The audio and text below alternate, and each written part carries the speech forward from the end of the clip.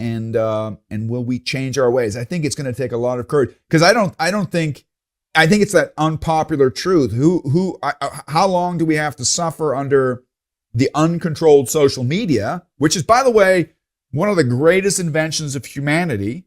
It's the first time. I mean, it puts Gutenberg's printing of the Bible to shame. It's the first time that every human being, even the most poor person somewhere in the backwoods of the world, has access to information. And I personally think, I don't want to get into conspiracy theories, but if I'm going to be I'm going to say it in a kind of poetic sort of way. I think certain powers that be are scared out of their wits because culturally we believe that giving the masses the truth is a scary proposition, because if they had the truth, they would make the right decisions. And a lot of those right decisions would sweep away a lot of the injustices of the world. Yeah. That's a deep, profound belief that I think that's the purpose of government, is to kind of uphold that, to be that knight in shining armor, that self. And what you mentioned before, and I think the purpose of democracy and the big difference between, a monarchy and a democracy is you get your shot, and if you piss us off, we're going to vote you down, and that's why I told you before, and I think one of the real good rhetorical tricks that Trump does, and I just recently heard somebody who was speaking for Trump say this. I think it was Elon Musk who said, yeah, you have to get out there and vote. Yeah, that's what we all believe in. Okay, everybody should vote. And he said, you need to get out there and vote, because if you don't, this will be the last time. Yeah. And I'm like, you son of a gun. You've just openly said what Trump would love, what the Republicans have been doing for the last decade, limiting access to voting. Making sure that, it's at inopportune times, restructuring the voting segments within the country. I mean, you probably know this better than me, Todd. If we were to go by pure numbers, okay, I once heard this, maybe you can verify this. If we went by actual numbers, the Republicans wouldn't win for a long time. Well, they still have the Electoral College. Yes. So, right. Always remember that. You want to at this stage maybe tell non-Americans what the original concept of the Electoral College is, and whether that's a hard truth that we need to revise in the future? Yeah. So at its fundamental level, it sounds pretty good. The Electoral College is there to make sure that the big cities, the big population centers that have beliefs in one way, or they're on the coast, so they have different economic priorities and so forth, aren't overriding the interest of folks in the middle part of America, the farmers, the people that are the flyover states. Flyover states. That's correct. The way that this has evolved, though, and there is merit to that at some level. The problem with that, though, is that now the reality is that once the Democrats lose Montana and West Virginia in this election cycle, I don't believe that in our lifetime you will ever see a Senate controlled by the Democratic Party.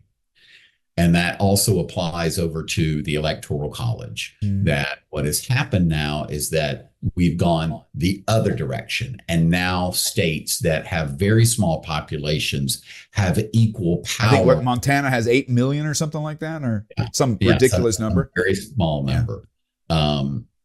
So they have almost equal power as the most populous states. And so it's when time and time again, as we're beginning to see now in electoral cycles, that you see an opposite occurrence between the popular vote and what the result of the election is, it has to raise a concern that you say, okay, we need to fix this. Now, the problem with that is that the other side doesn't want to fix that. Well, because it's to their disadvantage.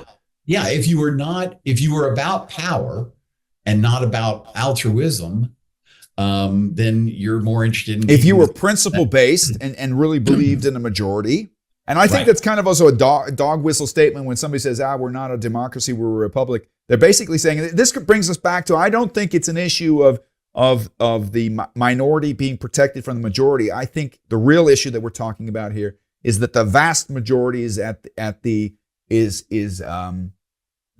mercy of a minority, you know?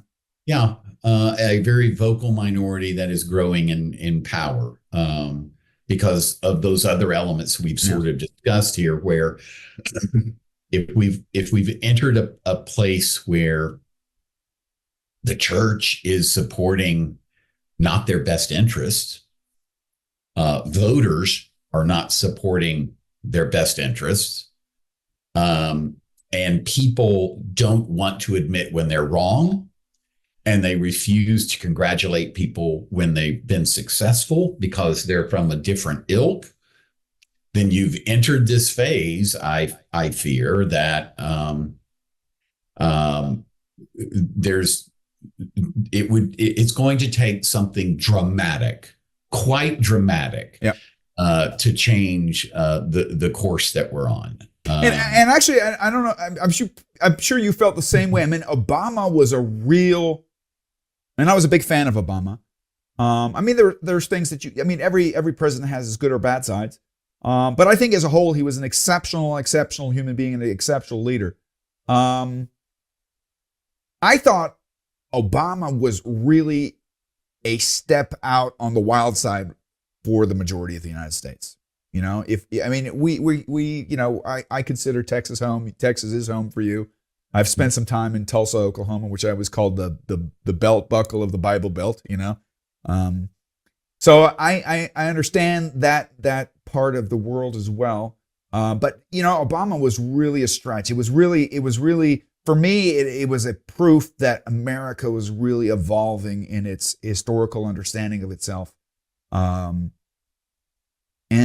you know, and America's always had this kind of pendulum swing, you know, and I think that's kind of how we hypnotize ourselves, you know. We do one and then we do the other, you know, and so this swing in the other direction is scary as hell. I would have, if you would have told me 10 years ago or 15 or 20 or 30 years ago this was possible, I would have said no way in hell. Right. No way in hell. But now you've got both sides saying this was interesting because it was said in 2020 and everybody was serious about it, that this was the election of a lifetime. This election now is the election of a lifetime. Yeah, I'm really afraid. I think